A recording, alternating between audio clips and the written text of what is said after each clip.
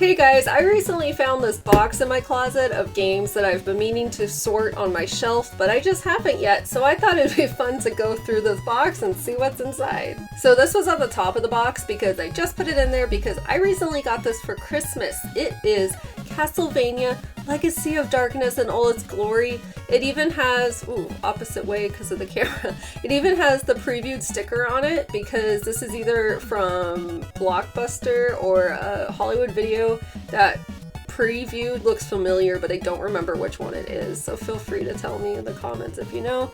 But I genuinely love Castlevania Legacy of Darkness. I love the atmosphere. I think I had such a good time playing it.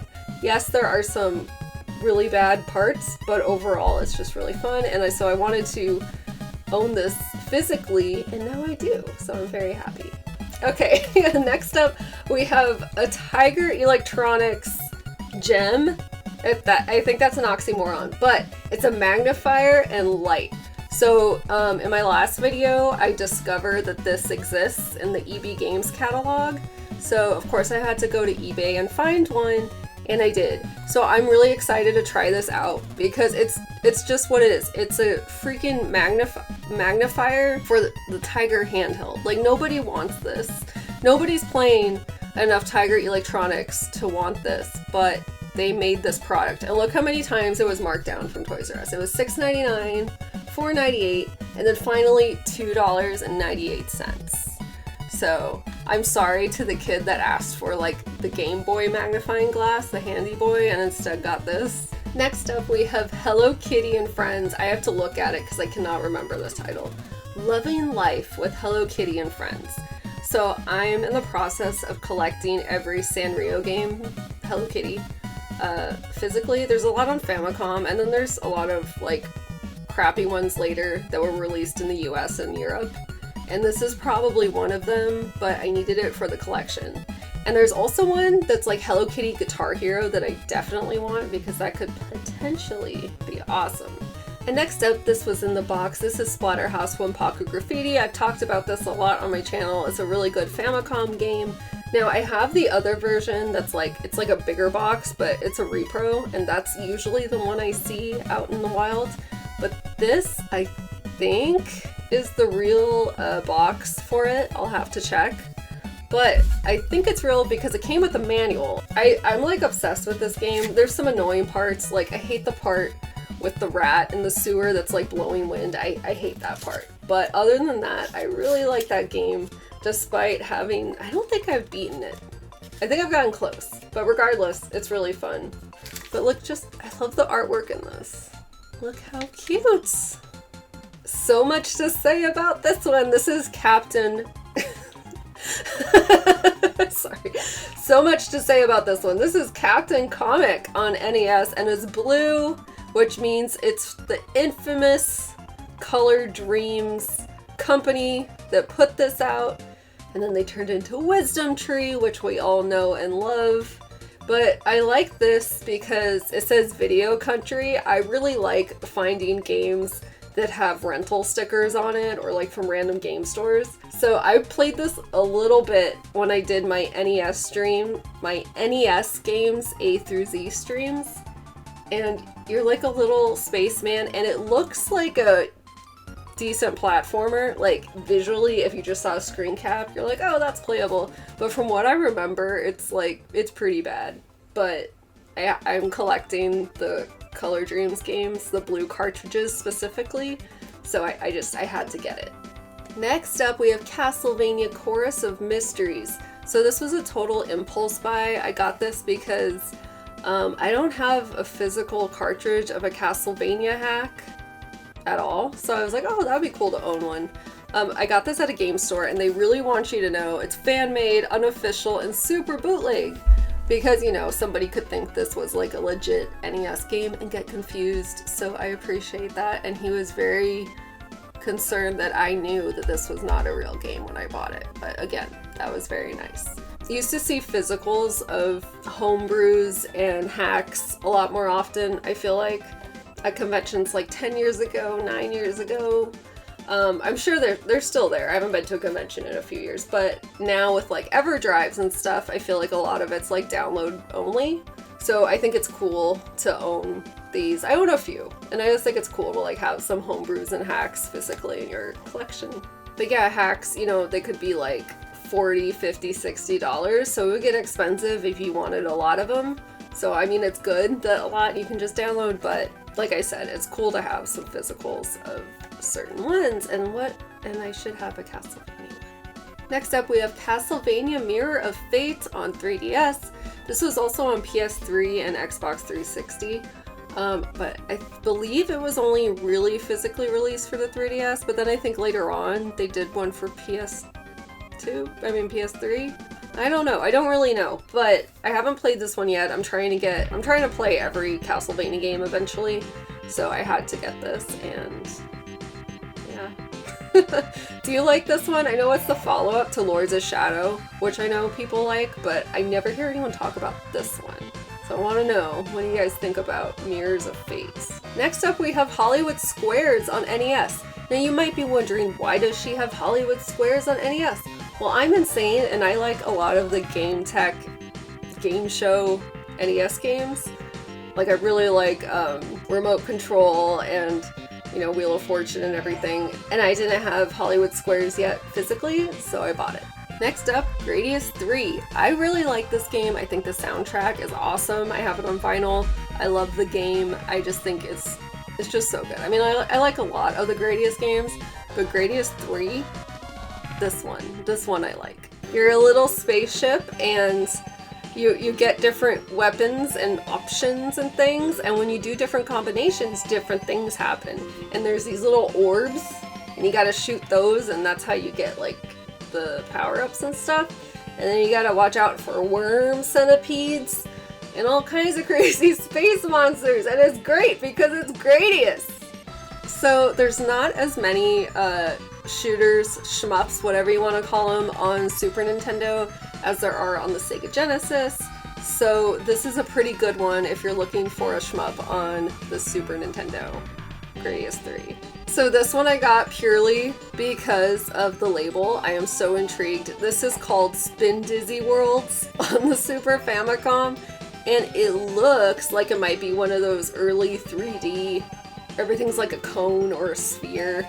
I'm really into that stuff, so I really want to see what this is. Spin Dizzy Worlds. When I said cones and spheres, I meant like polygonal. Fuck.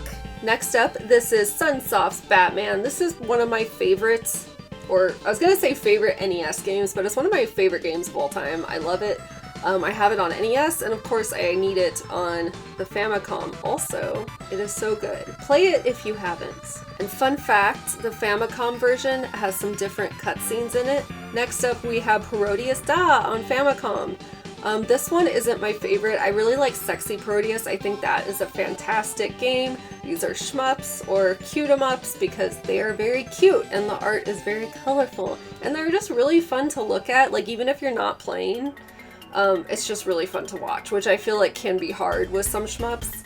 So yeah, this one is probably the weakest out of the Parodius series in my opinion, but I still wanted it because it's Parodius. Okay, so like I've said before, I want to play every single Castlevania game, and I haven't played a lot of the later ones yet.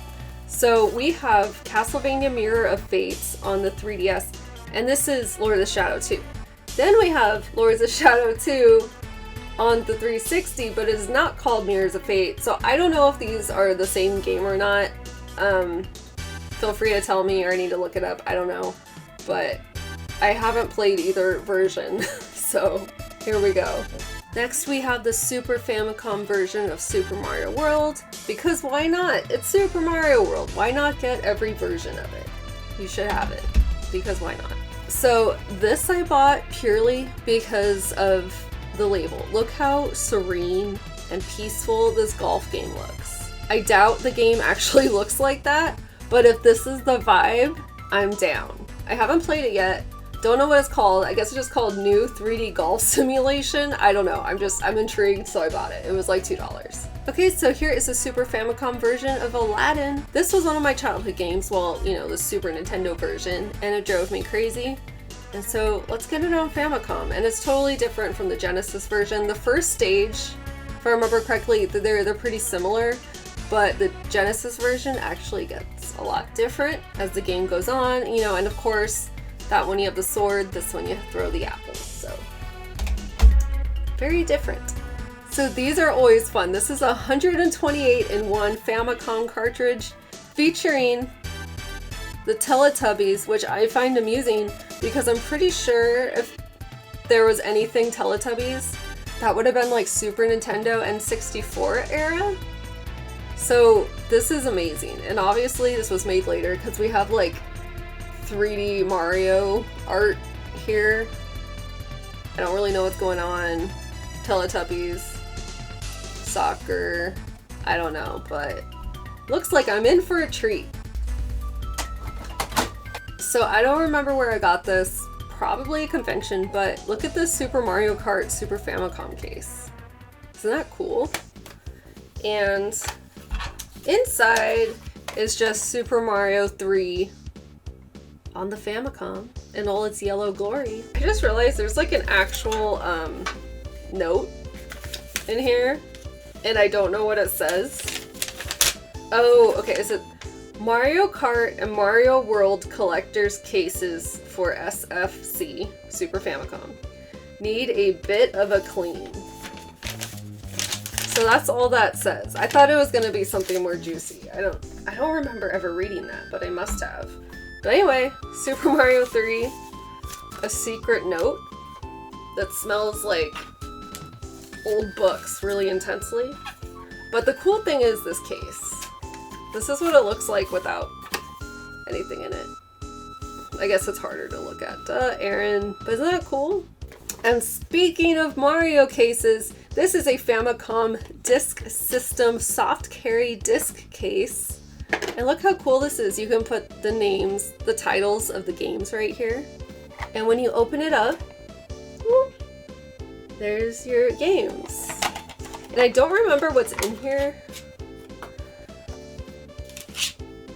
Yeah, it's all in Japanese, so I can't read it. I don't remember what it is, but I think this is US Open.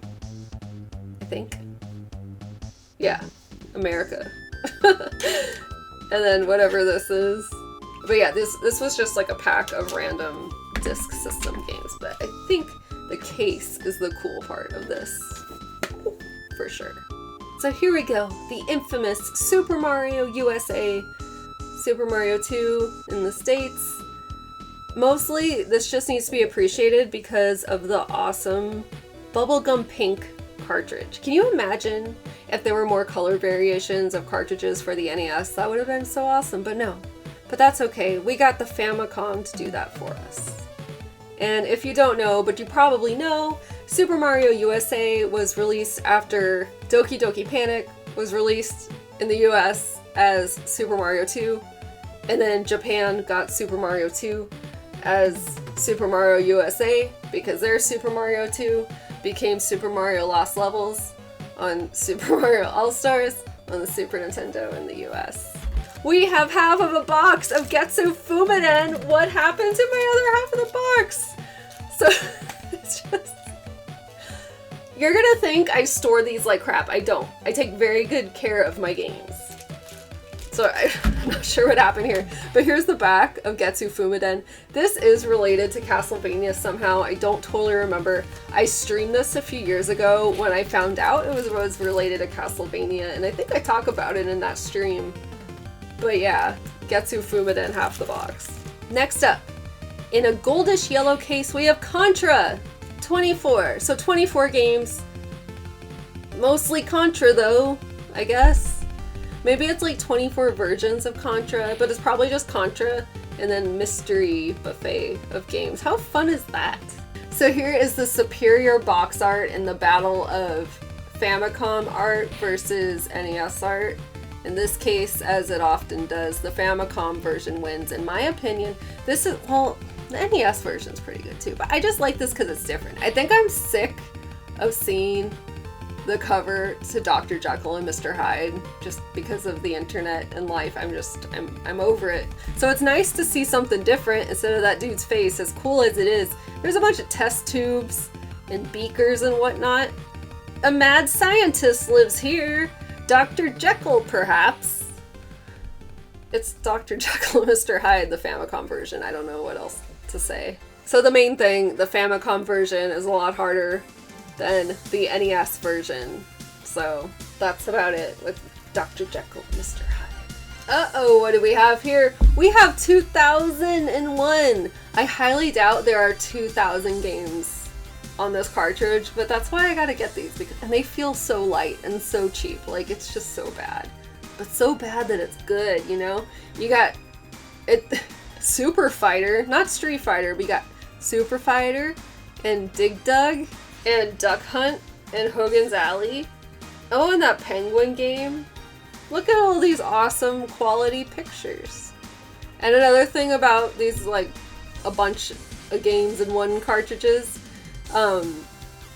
there's a lot of repeated games. So there might be Contra on here 5 times. There might be, like, Dig Dug on here 3 times. Who knows? It's all a mess. But that's part of the magic. It's part of the fun. And this I display every once in a while because it is the Famicom version of my favorite game on the NES. One of my favorite games ever. Dracula's Curse, which is Castlevania 3 on the NES. This is Castlevania 3, Dracula's Curse on Famicom. Now, what's different about this is a lot of things, the music, and also the flea men are actually like these little demon type guys, and I like them a lot better.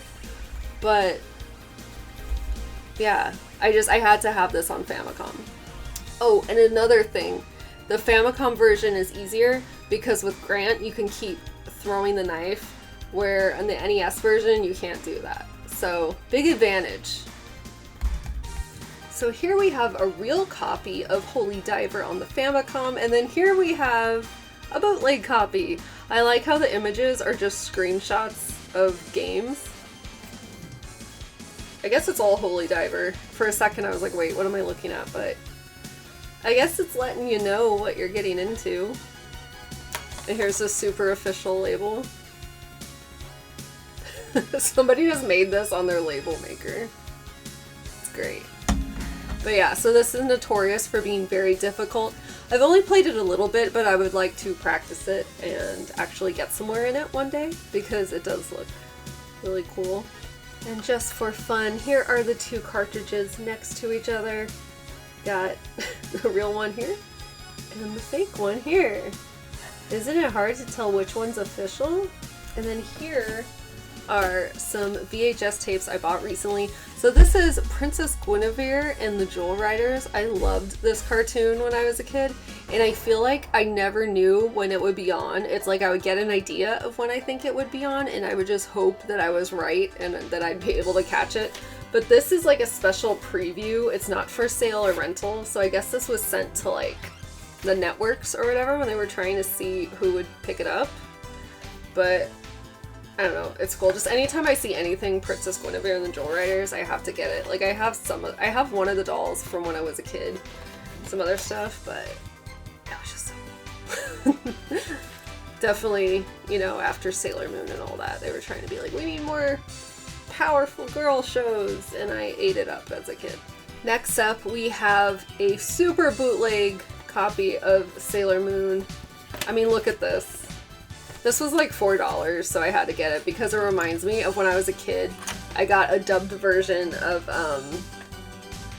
the first movie, and it came in a box like this, except the cover was black and white, like somebody just Xeroxed it. It was great. But it gave me those vibes, so I was like, I don't know. It was an impulse buy. And then lastly, when it comes to VHS tapes, another Sailor Moon one. I got a Sailor Moon S VHS tape. This is when it was mostly on Toonami. I never saw this before. I have like the Doomtree series, and I got some of the early Sailor Moon VHS tapes, but I wasn't aware of these. So I freaked out when I saw this because it's still in the shrink wrap. So I'm gonna open it and see if there's anything inside that's interesting. But I just had to get it for, you know, my Sailor Moon collection of things. Because it is small, but the one I have is meaningful, and it continues to slowly grow. I'm very picky about what Sailor Moon stuff I buy now, but anyway, this is Kid Dracula on Famicom. This is like a cute version of Castlevania. It's a fun game. I like it. This was re-released recently on one of the Castlevania collections you could get on like Switch, PS4, anything, Steam. So yeah, I recommend it. It's cool. It's just a fun little platformer, and if you like Castlevania and want something different, then I would definitely check this out.